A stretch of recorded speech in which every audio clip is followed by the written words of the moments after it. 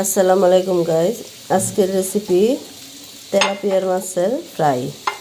তো তেলাপিয়া মাছটা আমি মশলা দিয়ে মাখায় রাখবো আধা ঘন্টা। প্রথমে দিলাম হলুদ গুঁড়া, মরিচ গুঁড়া, জিরে ফাঁকি, গোলমরিচের গুঁড়া, স্বাদ মতো লবণ।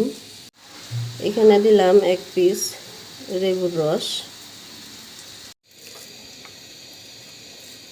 মশলাটা ভালো করে মেখে রাখলাম।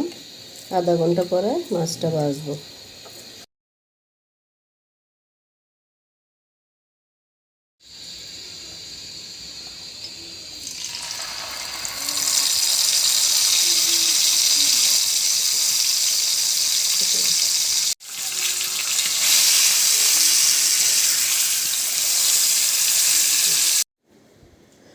মাছের ফ্রাইটা ভাজা হয়েছে।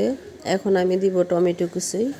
টমেটো কুচির পরে দিয়ে দিব কাঁচামরিচ, কয়েক পিস কাঁচামরিচ দিয়ে দিলাম। এখন পেস্ট কুচি দিয়ে দিব।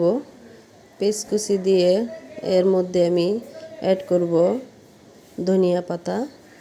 ধনিয়া পাতা দিয়ে কিছুক্ষণ নেড়ে চেড়ে ফ্রাইটা রেডি করে ফেলছি। ফ্রাইটা রেডি হয়ে গেছে, এখন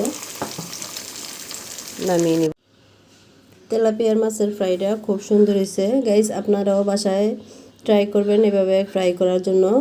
ঝটপট কম সময়ে ফ্রাইটা করে ফেলেছে। তো সবাই ভালো থাকবেন। আমার ভিডিও দেখার জন্য আপনাদেরকে ধন্যবাদ। আসসালামু আলাইকুম।